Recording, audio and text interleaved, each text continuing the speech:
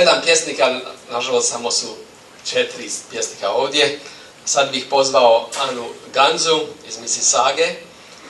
Anine se pjesme ističu svojom raznolikošću. Domovina, dijaspora, iseljeništvo, Vukovar, društvena pravednost, te mikroskopske slike prirode kao Lopoč, pa i one šire o tami i o suncu, ali koje nikako nijedna da zaobiđu pjesničinu pripadnost Hrvatskoj. Pitanje koje pjesnikinja postavlja o svom ranjenom identitetu, tko sam, što sam u tuđini, sama odgovara u pjesmama drugih tema i naslova, kao što su Prašume prošlosti i Ognjište staro. Anina biografija puna je primjera zalaganja u zajednici, u školstvu, u društvu. Bogati život, popraćenje i bogatom raznovrsnom poezijom. Ana.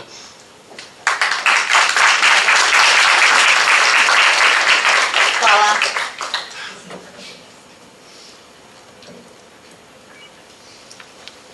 Lopoč. Lopoč bijeli do Lopoča u nemirnoj vodi pluta. Neukročen vir sudbine moju zadnju nadu guta. Lopoči smo do Lopoča tankim vlasjem povezani, s korijenjem koje pluta jučer, danas, ko i lani.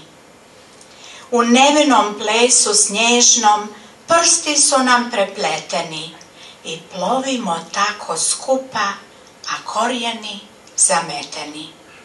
U nemiru stranom, hladnom, ljuljamo se sve bez cilja.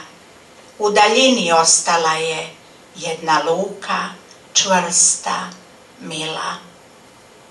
Latice nam otkinute, sve od bure, sve od kiše, i plovimo protiv vjetra svakim danom više, više.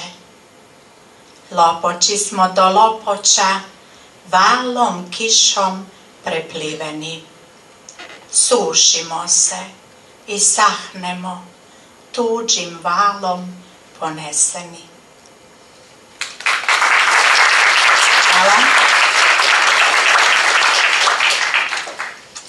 Kao što je doktor Bubrin spomenuo, Slavonija isto ostavila na mene dojam. Sljedeća pjesma se zove Sunce u ruci. Svijeća dršće, vjetar suzu suši, oganj plamsa, hladnoću u duši. Ostaše u srcu svi dolovi i polja, krošnje ljubavi tvoje, sretnog proljetnog poja.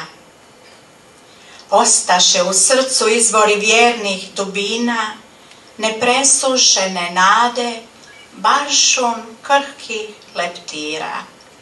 Jutrom se Slavonija ponovno u meni budi, u ruci sunce novog rađanja, kad zora zarudi. Ja ništa više nemam, a opet imam sve.